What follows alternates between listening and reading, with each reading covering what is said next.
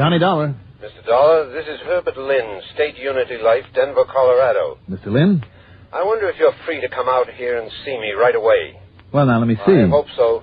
What's more, I can promise you a handsome fee, in addition to your expense account, of course, whether my fears are justified or not. Fears of what, Mr. Lynn? What seems to be the trouble? A murder, Mr. Dollar. Oh? That has not yet been committed. I see, but you think will be, hmm? I must confess that I alone anticipate it, or at least an attempt at it. I hope that you can somehow forestall any such attempt. Well, I can certainly try. Fine. I'll grab the first plane.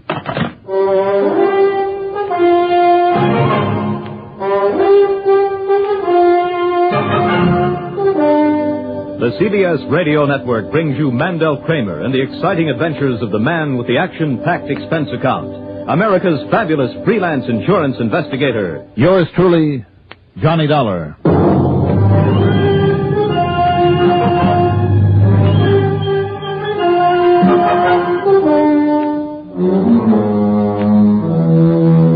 Expense account submitted by Special Investigator Johnny Dollar to the State Unity Life Insurance Company, Denver, Colorado office. Following is an account of expenses incurred during my investigation of the old-fashioned murder matter.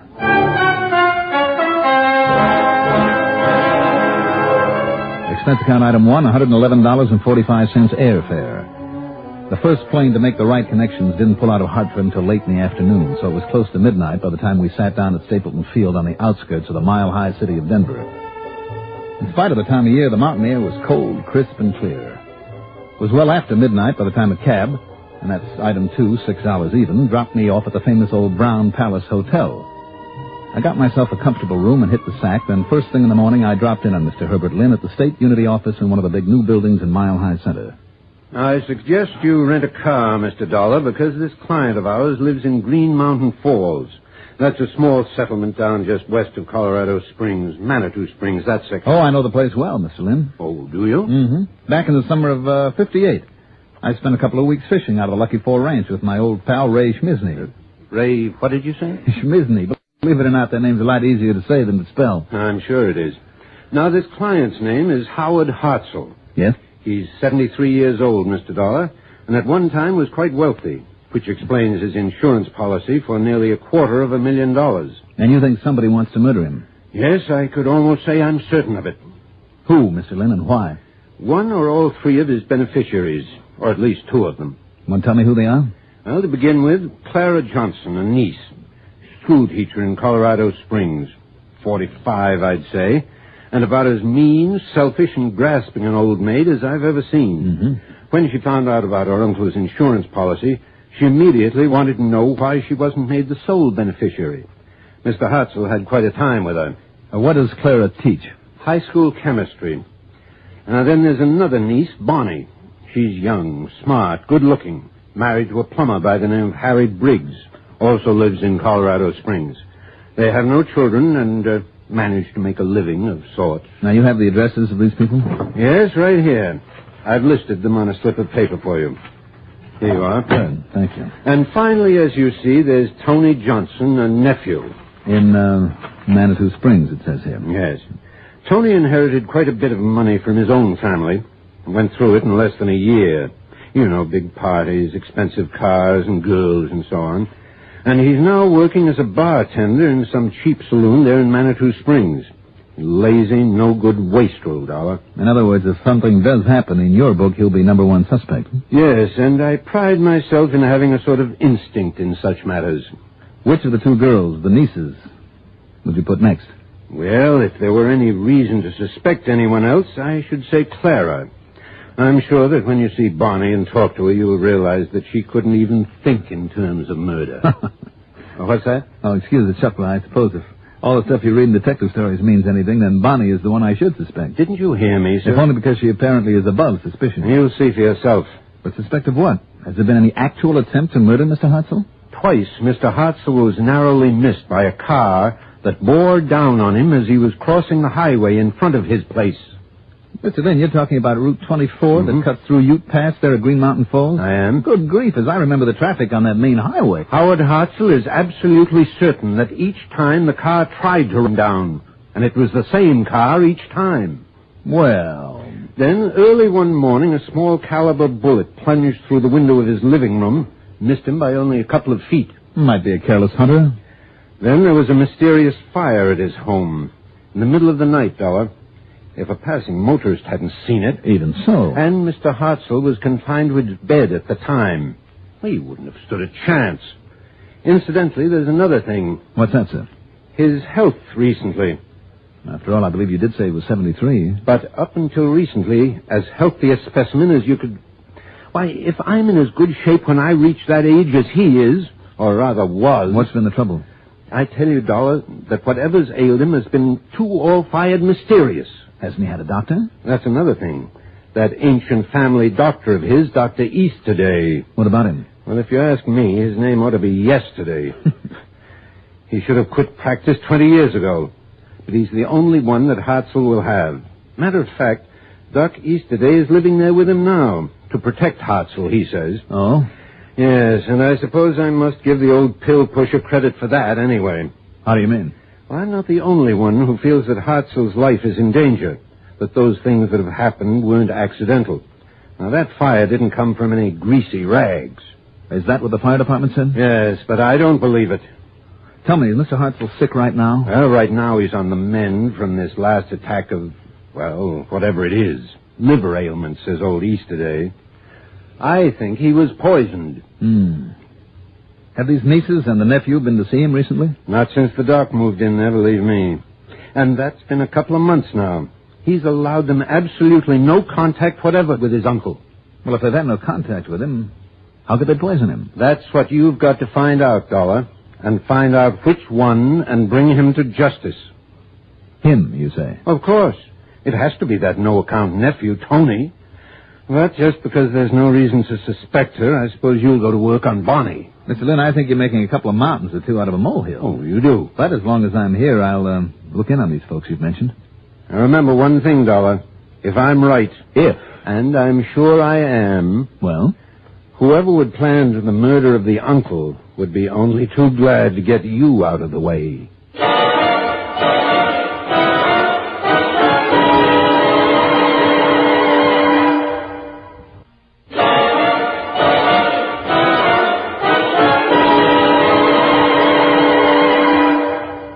Mr. Lynn had given me a good idea, possibly a dangerous one. It was simply to make no bones about who I was, why I'd come out here, why I wanted to see and talk with them. The nieces and nephew, I mean. Then, if one of them did try to make a fast move, get me out of the picture, I'd be on guard. It was a pretty sure way of knowing who was up to something. Item 3, $1.95 worth of phone calls to tell the relatives and the old man that I was on my way to... Item 4, $50 deposit on a rental car. I'd like to have stopped off at the U.S. Mint there in Denver, one of the largest in the country, to see if they were handing out any free samples, but instead I headed south on 87 past the big new Air Force Academy into Colorado Springs.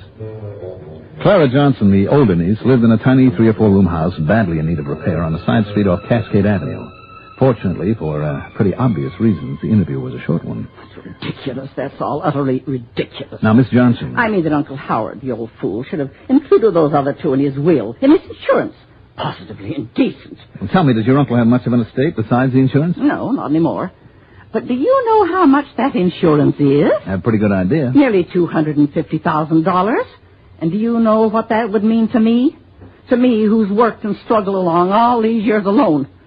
I could give up this miserable teaching of those nasty, unappreciative brats at the high school. I could travel, go abroad, enjoy myself for a change, the way I deserve to after all these years. Now, don't you think that Tony and Bonnie... Oh, look at Bonnie. She has that young husband to take care of her, give her everything she wants, or at least most everything. And she's pretty.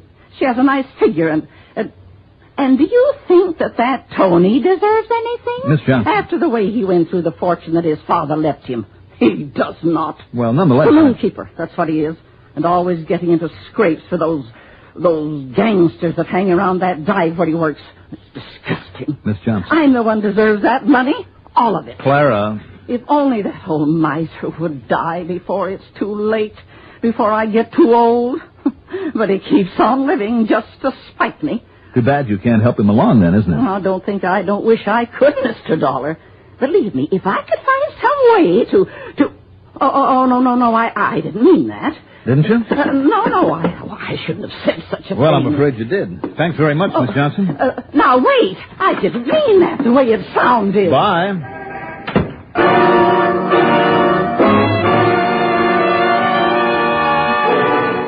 My next stop along the way was at Harry Briggs' plumbing shop. Bonnie was there holding down the store while her husband was out on the job, and she was pretty. Although it always kind of stops me a little when I see a girl working on her makeup over a business desk. And I was so glad when you phoned to say that you're here to kind of look out for Uncle Howard. Oh, I called Tony and told him you'd be seeing him, too. Here. I look better now? Oh, you look like a million. Well, thanks, Johnny. Gee, you're cute for a private eye. Oh, thank you, ma'am. No derby, no cigar in the corner of your mouth. Just a real good-looking guy. Only I shouldn't talk like that, should I? Well, I'm afraid flattery will get you nowhere. Oh, darn. Tell me, did you mean that you two have been worried about your uncle? Well, of course, after those cars that almost killed him and that fire at the posterior of his house and these sicknesses he's been having one after the other. Oh, I'm sure that Dr. Easterday is doing all he can for him, but much as Harry needs me around here, business isn't too good these days, and I feel I ought to be out there taking care of Uncle Howard, nursing him. It isn't as if I didn't know how. Would he have you? No. No, he wouldn't, Johnny. I'm afraid he thinks that all Clara and Tony and I keep hoping is that he'll die and leave us that insurance. And isn't that true? Should I lie and say no? Of course, we'll be glad to get that money, all of us, at the proper time.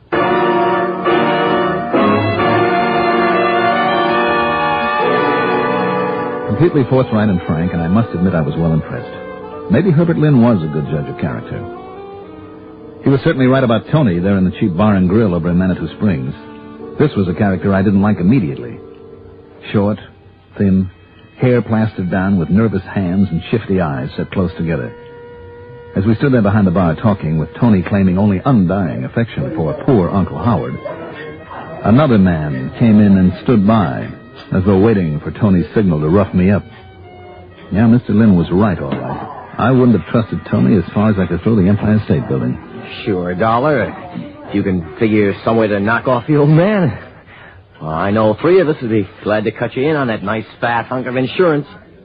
What good is he living out the rest of his days, sick half the time? Maybe you'd like to help him along, You think I wouldn't, wise guy, if I thought I could get away with it? Don't pull any boo-boos, Tony. Don't worry, buddy. I'm too smart. Or all talk. Hey, Tony, give me a drink. Hey, look, I got to get ready for the afternoon train, huh? Go ahead. Maybe I'll see you later. Sure. Any old time. The usual, Eddie?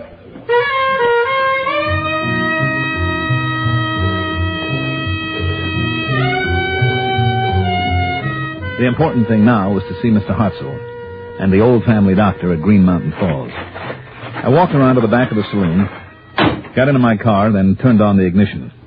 But in that brief moment before the starter took hold, I heard a buzzing under the hood, a sound that I knew only too well. That car had been wired. I jumped out and ran, almost too late.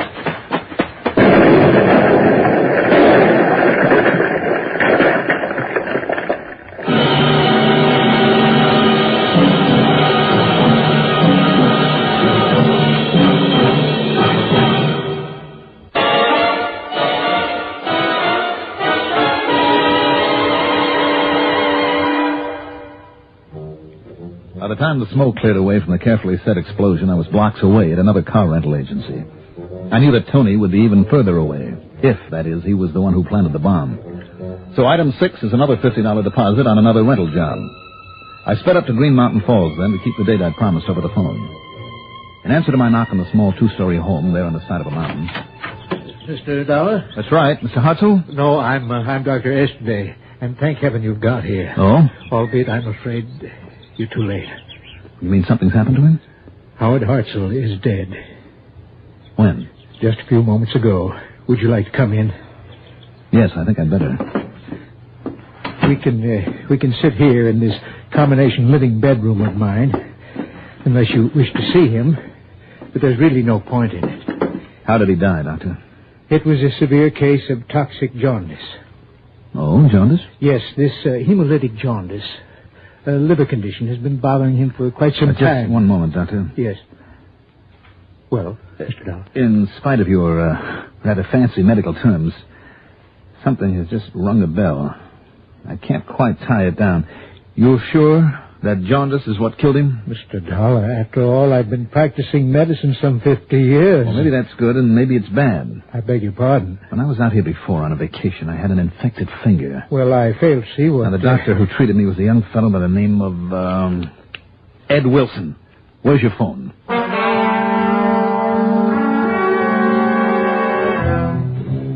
What young Dr. Ed Wilson had to tell me was more than a little interesting. That's right, Johnny. If administered at repeated intervals, even minute quantities of arsenic compounds may produce a subacute type of poisoning. Go on, Ed. Well, the victim may develop a toxic degeneration of the liver. It may progress to an acute or subacute yellow atrophy that's accompanied by an intense toxic jaundice. I see. And that, in turn, can be followed by severe, even deadly gastroenteritis. And is that sort of poisoning something that might fool an old-time doctor who hasn't kept up with modern developments in medicine? Johnny, I wouldn't want to go so far as to... what is all this, anyway? Thanks, Ed. Thanks a lot.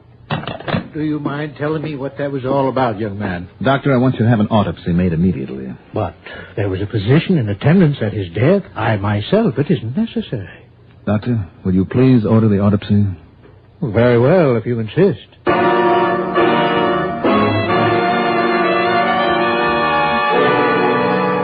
The result, arsenic poisoning beyond the least shadow of a doubt. But then came the real problem. How and when was it given to him? More important, how it was given to him in small doses over a long period of time and by whom. I, Mr. Dollar? Well, apparently you're the only one who's been with him all this time. But to think that I might... Oh, that's ridiculous. Well, I hope so, Doctor. I said, yet... Yes? Well? Well, I suppose I can't blame you for wondering about me. Ever since I began to worry about him and he began to suspect his relatives of planning his death, I've permitted no one else to see him. As you can see, I have my room and bath here on the first floor. His are on the second. And there is no way anyone could have gotten to him up there without my knowing about it. You always ate the same food he did? Always, and I prepared it myself. The only time during his waking hours when I wasn't with him, watching over him, was when he was in the privacy of his little bathroom up there. Mm-hmm. And yet somehow... Did Clara ever come here to see him? No. As I told you, ever since I've been here... How about Tony? Well, Tony hasn't been here since the day he... And even then I didn't let him in the door, since the last time he delivered a bottle of whiskey. Whiskey? Yes. In the beginning, I had Mr. Hartzell take a small quantity of it each night as a stimulant. Well, all right, then. Well, that was stopped months ago. Oh. Where's the rest of the whiskey? Oh, I'm afraid I drank it myself. Oh, well, then that's out. Now, how about Bonnie? Well, I told you, Mr. Dollar. Yes, you told me. Even her husband, when he came to fix the plumbing in the basement. Oh? That was 2 months ago. Yes? Even he wasn't permitted inside the house proper. I see. You say you did the cooking? Yes. Who brought in the groceries? I did all the shopping myself. No one could possibly have contaminated them, and I myself ate them. And while you were out shopping? The house was locked, and Mr. Hartzell let no one in. You're sure of that? Absolutely. Because during the past month or so, he was upstairs, unable to come down here. Yet somehow, somebody... Wait a minute. Oh, yes. Posterior. A fire in the posterior of this house. What? That's the way it was told to me, and that's what's going to tie up this case. I'm afraid I don't Not the back of the house, Doctor, but the posterior. That's what you would have said. You, a doctor. So would a nurse, and a nurse would know all about arsenic, too. Well, of course, but I told me that she ought to have been here taking care of him, nursing him, that she knew how. Of course, she'd been a nurse. Mr. Dollar. And her husband is a plumber. Come on, Doctor, let's see if we can find the green telltale that arsenic would leave up there in his bathroom, say around the nozzle of a water spigot.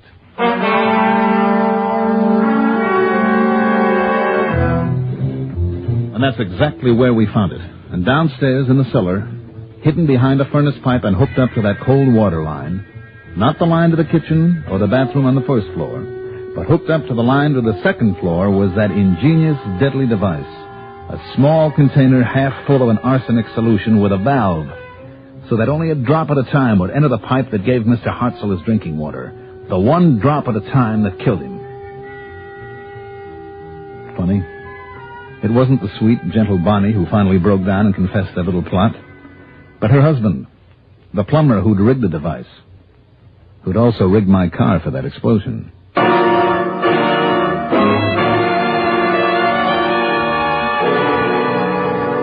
So, once more, it's up to the courts. My only regret is that worthless Tony and selfish Clara will share that nice hunk of insurance. Expense account total, including the trip home, $347.85. Yours truly, Johnny Dollar.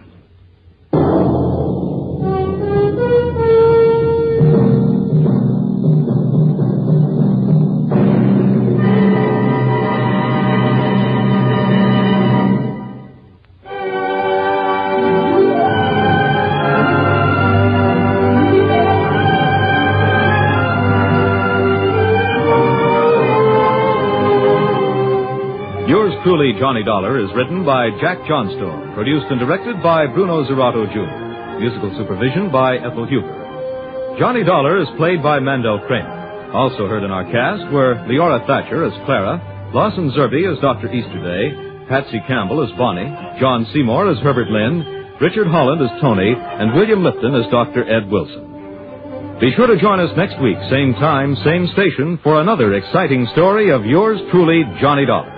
This is Alan Burns speaking.